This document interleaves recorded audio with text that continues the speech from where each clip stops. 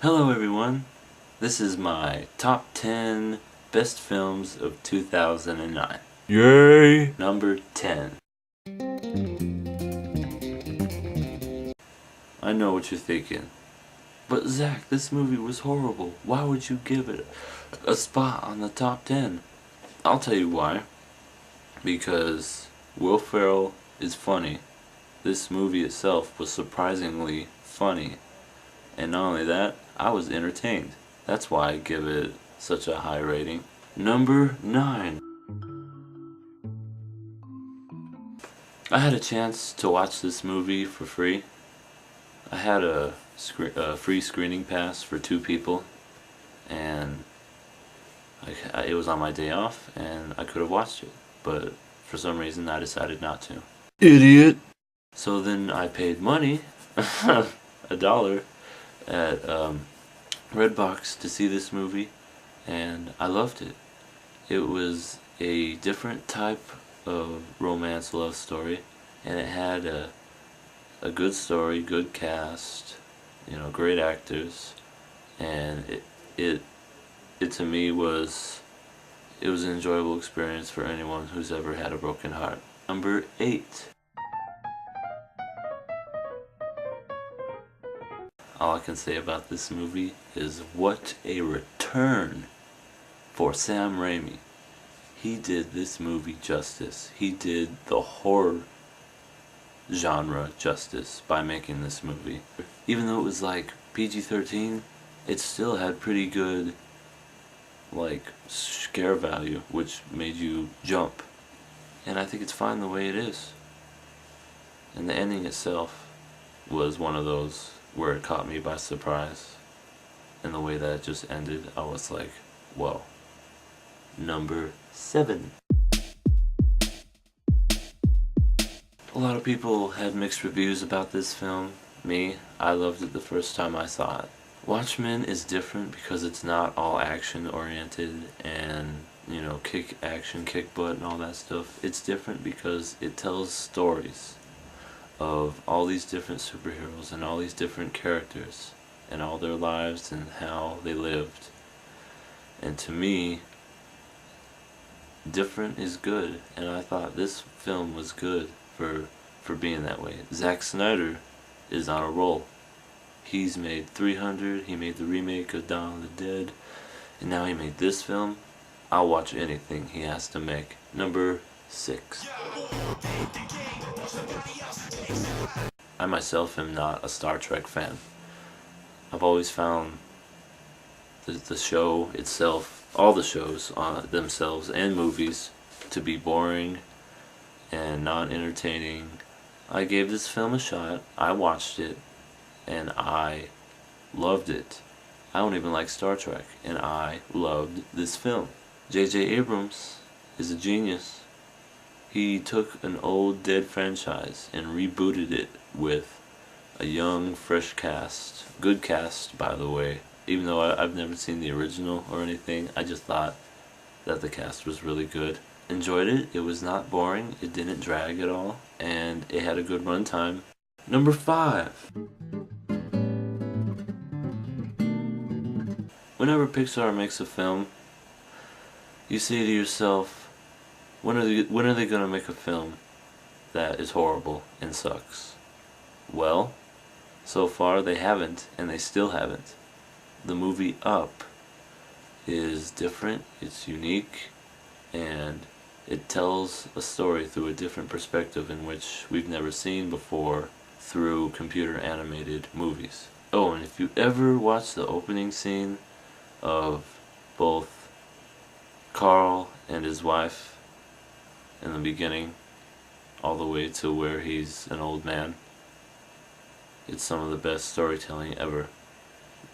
You know what's happening the whole time, and yet all it is just silence and music.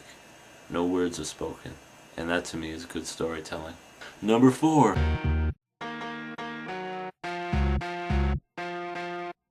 That's right. I like this movie a lot. Avatar. It was a good, probably one of the, definitely on my top 10 viewing experiences like at a movie theater ever. This world that James Cameron created, which was Pandora, was so real and so, believable. Never before have I seen anything like that since Star Wars. And also, I guess, Lord of the Rings. This movie, it had some of the best special effects I've ever seen. As far as story, it's really not the most original story that you've ever seen before, but for a viewing experience, it was good. I didn't hate this movie, and I just overall loved it. Number 3.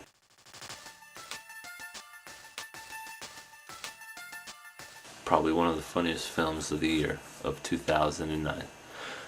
The Hangover is different in a way that it kind of has like a mystery to it, plus comedy, and it's really funny comedy, sometimes even fucked up, crude kind of comedy.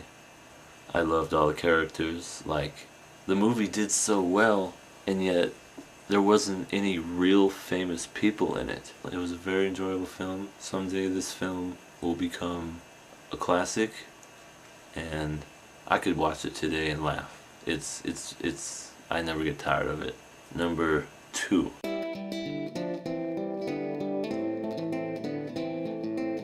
If there's ever a director that never disappoints, I would say that man is Quentin Tarantino. Inglourious Basterds is one of the coolest films that he's ever done since Pulp Fiction. Quentin Tarantino knows how to tell a story better than any director.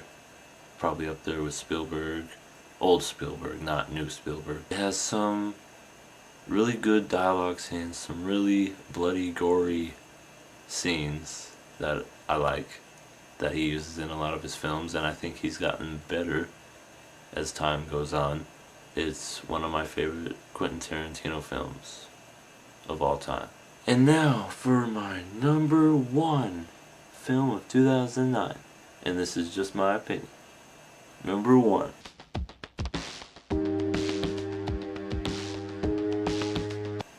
There's a lot of people in this country of ours that say everything's all remakes and sequels and things based off superheroes and things based off of books and video games.